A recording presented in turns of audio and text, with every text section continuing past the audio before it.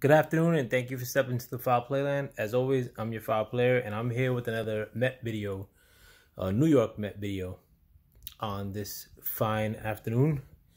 Haven't been making videos of late because I've been back and forth from California to New York. In addition to that, and maybe the reason that I'm making this video is because I'm currently sick with a stomach bug.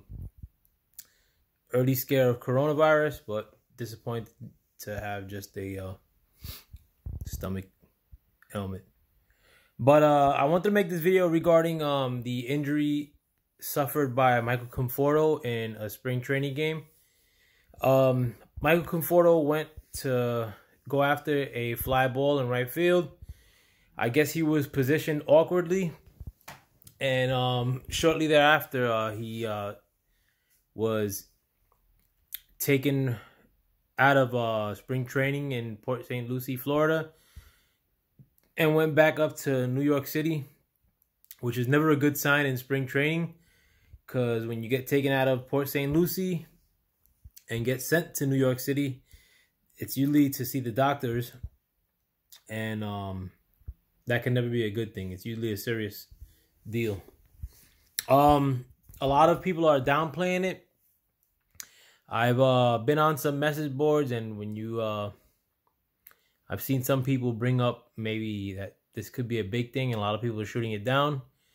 The Mets, supposedly, their level of fear with this injury is a 2 out of 10, which means nothing. I mean, the Mets have a very, very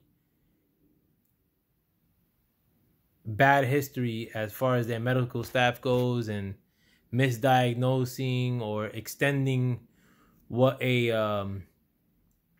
player's timeout was going to be.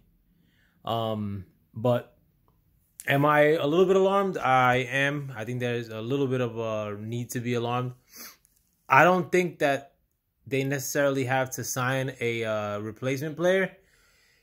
But the player that we're losing in Conforto, if this turns out to be more than or a bigger deal, you know, it's somebody who I had slated to be batting number 4 or number 5 in our lineup, you know, to be out for any sort of amount of time. You know, it is worrisome.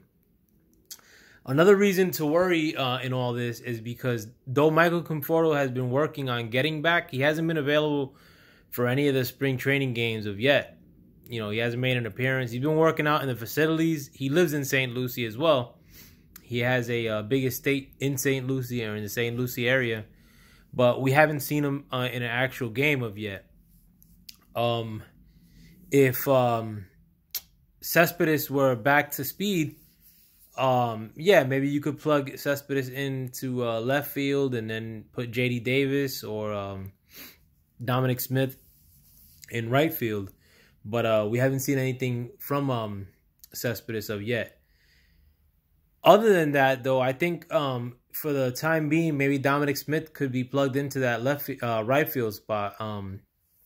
You know, he still has the slimmed down physique.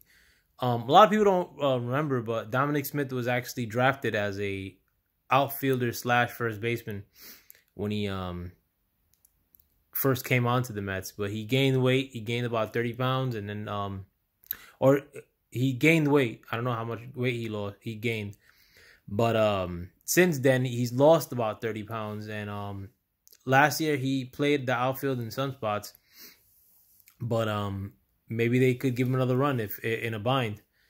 But I hope Michael Conforto can come back from all this, you know, sooner than later. You know, this is the year that I expected Michael Conforto to take a leap forward. Thus far, the Mets have been pretty good as far as injury bug goes, knock on wood. But, you know, this is like the first this spring, and it's kind of a big one. You know, let me know what you guys think. I don't think it's a reason for panic because there hasn't been a ton of injuries of yet. Like the Yankees have suffered a lot more injuries this year. But still, the player that it is Conforto. I mean, he's kind of like, in my mind, one of the captains of this squad. It's a little bit worrisome for me. Let me know what you guys think, though. And with that, I'm out. Peace.